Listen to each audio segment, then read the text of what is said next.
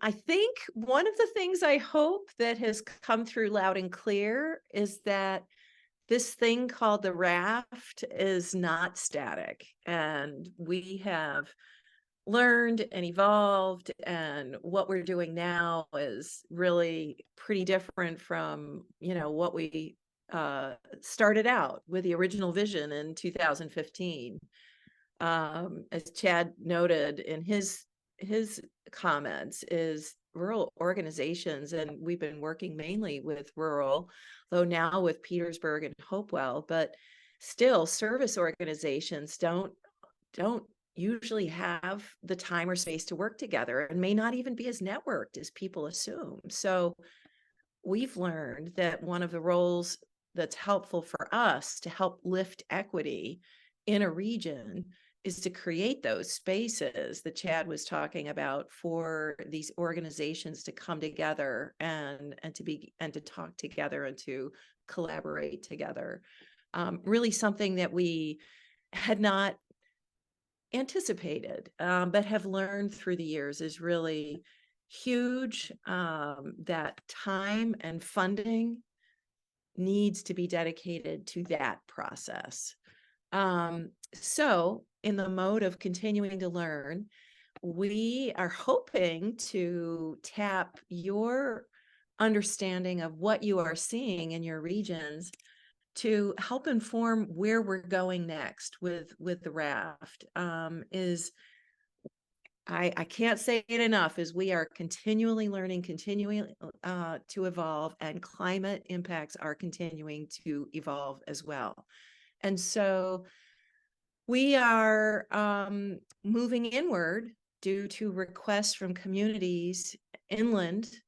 We're starting to work with a group of communities in Southwest Virginia, and we'll also be getting to work with communities in the George Washington region and in Virginia, the planning district. we're all recovering from things, so my voice, I hope, won't be too ragged.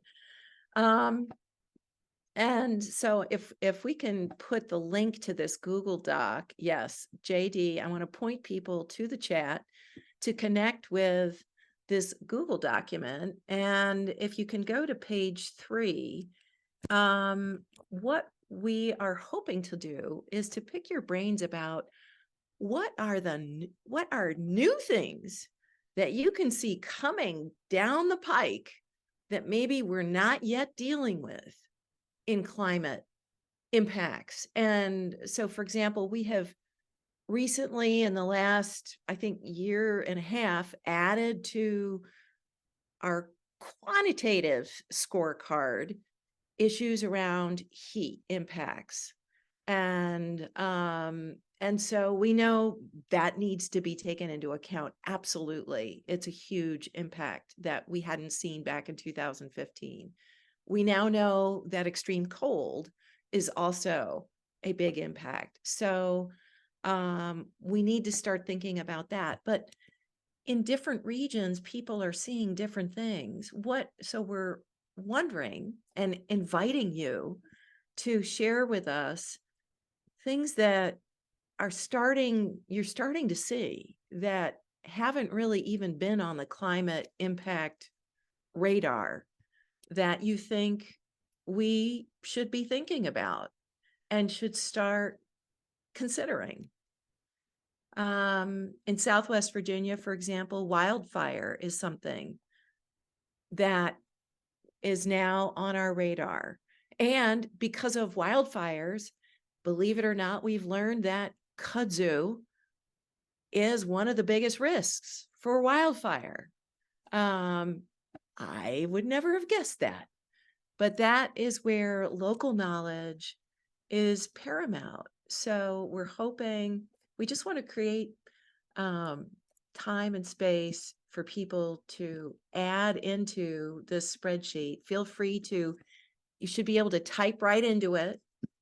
Or if you want to unmute and give a shout out to something, or put something in the chat, we will put it in for you. Oh, I love it. Okay. EV charging facilities. Yeah. Okay. Flooding from heavy participation inland. Mosquitoes and yeah, we're now getting, that's really interesting. I think that's absolutely right. We're seeing things like what is it, dysentery? There's there are diseases that are mosquito borne that are moving northward. Zika. Yeah. And I have to confess that our thinking of the people with community gardens here is I know that our growing zones were just recategorized, and I have yet to go online and see how we've changed, but there are significant differences in the growing zones.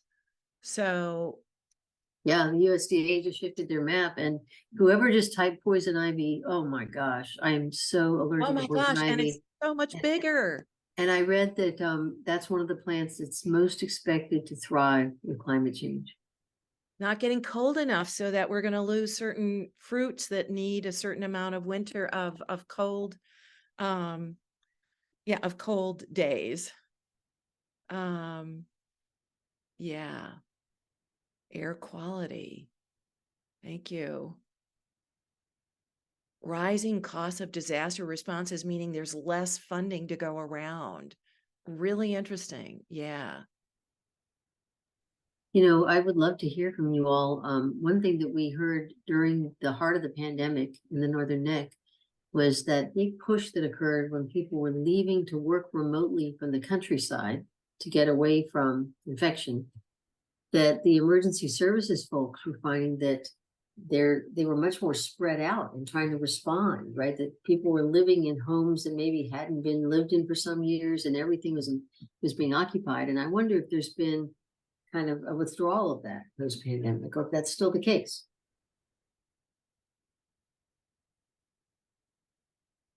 These things are fabulous. Solar farms is really interesting because I would love for whoever put solar farms down to identify what do you think, so the question would be, I mean, I have in my head my own answers of like, what is the so what? Like, so what is the impact of solar farms that is a concern to you? That would be helpful if you could put that down. And the EV charging facilities, is it that we don't have enough? Is it that they could go down and then transportation isn't what, if you could say more about what exactly those concerns are? Yeah, I mean, I don't really know enough about what charges the EV charging facilities. Sorry, just showing my ignorance. But yeah, could they be interrupted as we become more dependent on them? Um, Rising energy costs, Dominion bills. I've experienced that myself, and I cannot imagine how people are handling these rising energy costs. Yeah. Storms popping out of nowhere. Absolutely. And more intense, and they're more intense as well.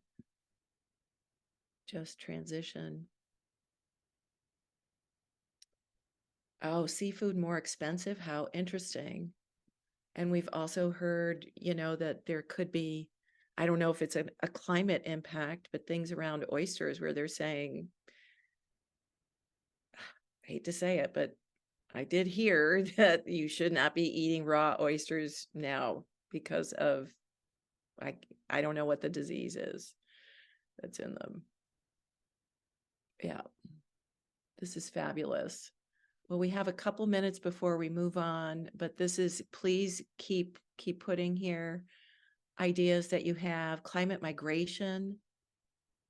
This is a huge thing.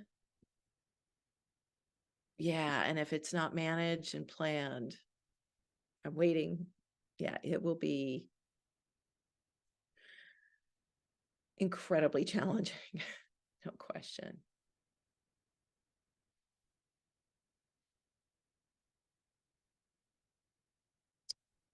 Yeah, really interesting. The one about fire departments are adapting but still it's a significant concern. Yeah. Yeah, significant fire hazards. I hadn't thought about the battery banks being significant fire hazards. That's really wild. Thank you. Thank you for these ideas. This is fabulous. Really fabulous. This is how we're hoping to continue to adapt and evolve what we're doing to support communities with different needs and different challenges. Thank you.